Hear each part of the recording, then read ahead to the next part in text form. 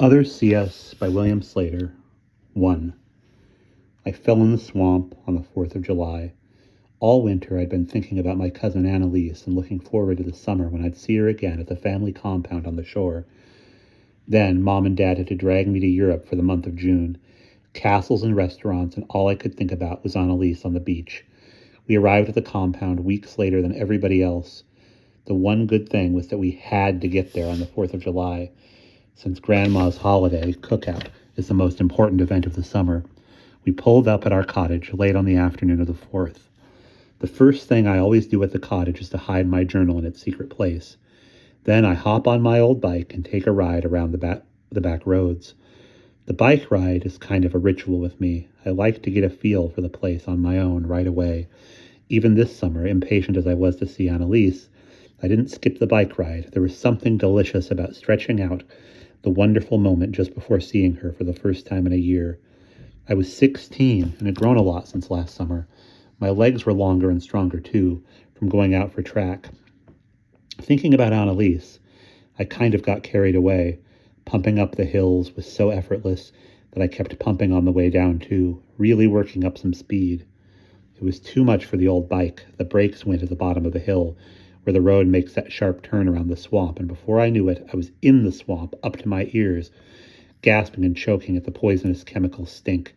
It wasn't that long ago that the summer people had finally managed to stop the mill from dumping toxic waste in there, but so far nobody had gotten around to cleaning out all the industrial gunk that had been accumulating in the swamp for years. It took me a while to get home, wheeling the clogged bike. Back at the cottage, it was embarrassing to admit to Mom and Dad that I had fallen into the swamp. But the stuff was all over me, and anyway, I just can't lie. And Mom and Dad and everybody else in the family know it. Mom didn't want the rest of the family, especially Grandma, to think I was a klutz, so she told me not to mention the swamp accident to anyone else. To be sure no one would notice anything, I had to scrub myself over and over again in the shower in order to get the stink off. Mom and Dad didn't really have to wait for me at the short walk over to Grandma's house, the main house right on the beach, where all the parties happen, but Mom insisted on hanging around until I was through cleaning up, so she could make sure I got rid of the odor and no one would put me on the spot by asking about it.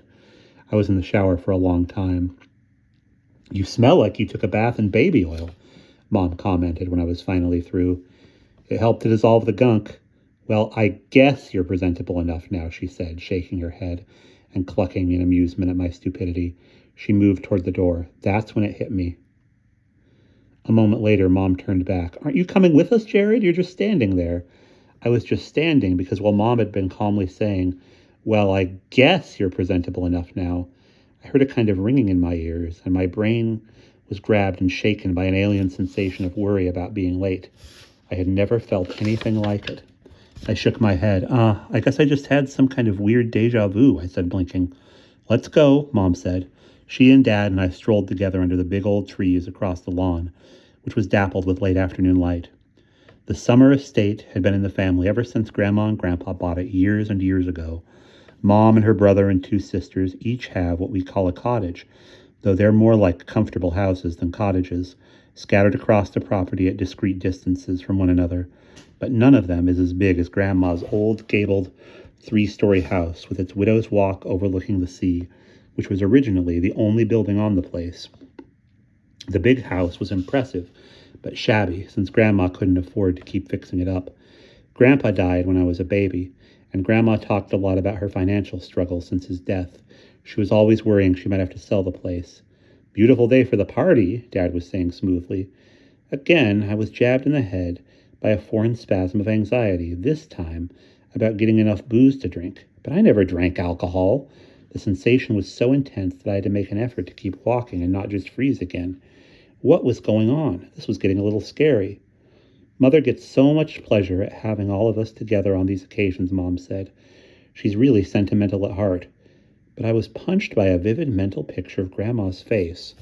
Her bright red mouth twisted in fury as she screamed something extremely nasty at Mom. "Whew," I couldn't keep from saying. Mom and Dad both looked at me. "My head feels funny," I said uncomfortably, though it wasn't a lie. "You're sure you didn't swallow any of that swamp stuff?" Mom asked me for the 5th time, and Grandma's face was replaced by a fearful image of myself lying in a hospital bed covered with pink, greasy, cankerous lesions. cancerous lesions. I'm sure, I gulped, fighting nausea. The horrible mental image vanished the instant Grandma's house came into view. The building was a completely different, much lighter color. The entire house had been freshly shingled for the first time in my memory. Dad raised his eyebrows, and he and Mom exchanged a glance, and somehow I knew they were thinking, how's the old lady going to keep crying poor after this? I had never heard them refer to Grandma as the old lady. Directly to the right of the house, the stone jetty where boats are moored extends 100 yards or so into the water, and to the right of the jetty is our private beach. There they all were, amid colorful lawn chairs and umbrellas, Mom's siblings, Maggie and Grace and George and their spouses and kids, some romping and chasing, others standing and chatting like adults. But it was Grandma who dominated the scene in her oversized Victorian wicker chair, her face brown and leathery, her long white hair streaming down her back, smoke drifting from the cigarette in her hand. I searched the beach for my first glimpse of Annalise, hoping I wasn't being too obvious about it. Where was she? I remembered she had spent a lot of time with a boy named Bruce last summer. Waves of heat and delicious smells emanated from the large stone barbecue.